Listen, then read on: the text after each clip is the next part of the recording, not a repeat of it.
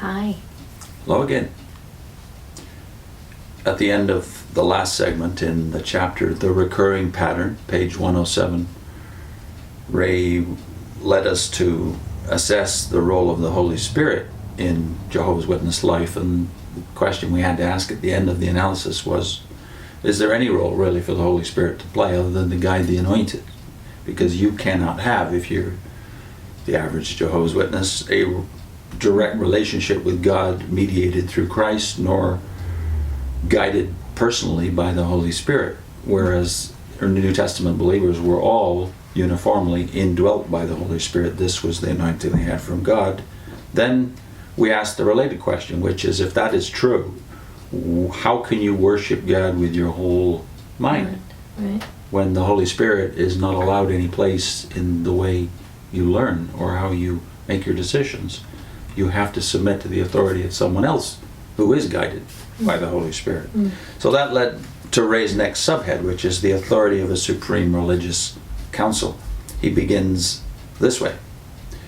In the early centuries, control of a single congregation, or perhaps of the area surrounding a prominent city, was attained by the formation of the office of and promotion of the authority by a bishop, or sole presiding overseer. It was by means of religious councils that a central ruling body eventually came into power internationally. Up until the 1970s, Watchtower references to a governing body were infrequent. From that time forward, however, strong emphasis was placed upon the position and authority of this group of men. In the early centuries, church leaders began telling Christians to look to the bodies of elders as if they were, quote, the body of apostles, unquote. This same outlook was inculcated in them toward the councils that were later organized. Although it claims to reject the concept of apostolic succession as practiced in the Catholic Church, wherein the bishops are viewed as successors of the apostles, the Watchtower organization encourages a similar outlook, presenting the governing body as the modern-day equivalent of the Council of Apostles and Elders in Jerusalem. Toward those positions of authority in ranks subordinate to its own, the governing body views itself as standing in, essentially, the same relationship as the Apostle Paul stood to Timothy or Titus or to the elders and other members of the congregations. We have already seen the remarkable claim that that the witnesses today can, on the basis of experience, more readily accept or receive with confidence what comes from the faithful and discreet slave and its governing body than the Bereans could receive what they heard from the Apostle Paul. In actuality, there is an appropriation, even an arrogation of authority not merely equal to, but in many respects superior to, that of the apostles. The chain of command and the communication from God downward is illustrated in this way in the December 15, 71 Watchtower. Sorry. Now this diagram, I think most of us are familiar with. It appeared many times over the decades in the Watchtower. The first time I'm aware of it occurring was in this issue, because this was the big change back in late 1971. They'd announced, I believe at that assembly in 71 where I was baptized, that they were changing the theocratic order of things, and this reflected the new reality. And if you remember, it's titled Modern Day Theocratic Organization of Jehovah's Christian Witnesses, and is very clearly hierarchical. Yeah. The very thing they've often criticized in specifically the Roman Catholic Church, which itself, by the way, is modeled upon the Roman imperial order. It's corporate, or if you like, empire structure. And this was an empire, of course, that is being restructured in the early 1970s.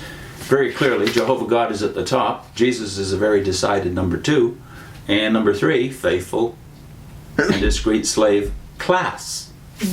And within that class, you have the governing body. Right. And clearly, under those 3 entities, the elders This is the new reality in 1971. I didn't know that at the time, but this new arrangement, which I was excited to receive, this new light from Jehovah, had been there before, in, of course, the Russell era, and early in the Rutherford era, and it had then there'd been new light, and that had been abandoned. The multiple elders in local congregations was gone, and a presiding overseer, corporate servant, or whatever the name was over the decades, replaced them. So now we're back to elders again, multiple elders, the local congregation. And then ministerial servants. And the elders and ministerial servants are much smaller print than the previous ones. And much smaller little boxes, you notice. Yeah. The little boxes at the bottom. And I think as you look at it, you realize, okay, this is corporate structure. In what sense does this reflect the New Testament or the Old Testament? Because it's pyramidal now. The pagan empires of that day, not just Rome, but going all the way back to Egypt, pyramidal is the operative word for the structure of things in pagan empires. And yet you justify it when you're in the Watchtower, because you think, well, all of these are somehow represented in the New Testament, and you think in the Old. And yet when you look at the, what is it now, 5 entities in the pyramid, Jehovah God clearly, Jesus Christ, well, they are relatively absent from the consciousness of witnesses, because what you have to deal with is this faithful and discreet slave class. And of course the diagram must be changed now, because there's not a block within a block anymore, governing body within the faithful and discreet slave. They're one and the same. They're the one and the same. So whereas in the churches of Christendom you have the Trinity, in the Watchtower world you have this triunity of your own, which is the visible part that you have to deal with is the anointed, the faithful and discreet slave class. They're the only ones you have personal dealings with. Yeah, so it's, if you think of it as a corporate arrangement, if Jehovah is president and Jesus Christ is CEO, and then the governing body, faithful and discreet slave, being one and the same now, they're the management, they're mid-management. The average employee is only going to be dealing with the management. They're not going to ever see or talk to the president or the CEO, likely, not a big corporation. So this structure, such as the Watchtower is portrayed as the reality of the authority reality within the organization, it reflects more the pagan view of gods, i.e. in the pagan world, right up into the present in Aboriginal religion, the most distant, the supreme God is the one you don't have to deal with. There's usually a Messiah God, a second God, and as the Watchtower itself has pointed out several times, there's trinities in paganism. Well, there is.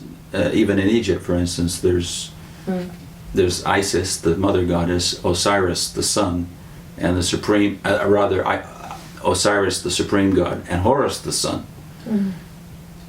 The one you have to deal with is either Isis or Horus, not the supreme god. And in the Watchtower, unfortunately, we have this pagan view of God, the supreme God is absent in the universe. The mediatorial position now becomes not Jesus Christ anymore, though, as we'll see in the next segment. The reality is, though, as Ray points out, that in the way within the organization, the way you are dealt with, the biblical terminology falls away. And actually what you have, if you look at his graphic at the bottom of the page, is a governing body, branch committees, district overseers, circuit overseers, elders, ministerial servants, pioneers, and congregation publishers at the bottom. Again, diminishing size of print. Where's God and Jesus?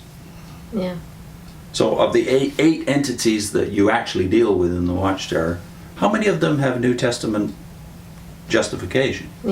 Now they would justify the governing body, and FDS, from their biblical interpretation, sure. Pulling out of certain terms. But you're not going to find branch committee or district committee or circuit overseers in the New Testament anywhere. You will find elders and ministerial servants, as we just pointed out, but you won't find pioneers. or publishers, or reporting and recording the amount of time you spend and handing it in. That's all new things, and I don't think you really think about it while you're in there. Do you know it's tradition now. It's just the way things are done. Like even when I look at these things, this first diagram in the 71, I mean, I'm 11 years old, so I'm not even really thinking too much yet. So I think this is like the norm. It was what I understood or knew. I didn't know any of the history of the Watchtower and the way things changed. But even so, even being told about circuit overseer visits and that, it never occurred to me to think, well, where do you see that in the New Testament? I wasn't thinking that way. It's just the modern theocratic arrangement. Yeah. You didn't know how modern, just as I didn't. Yeah. It was just a few years old when we were. It was just accepted. You just accepted these things. You didn't think about even connecting it with the New Testament. So there's the traditions of Christendom, which took, as we'll find out in the next segments, centuries to develop, and then there's traditions you yourself submit to, even though you don't realize they've really oftentimes just been a few decades at the most. They've been in service of God's organization. Right. The next segment, Ray traces the parallels again in the history of Christendom. Okay.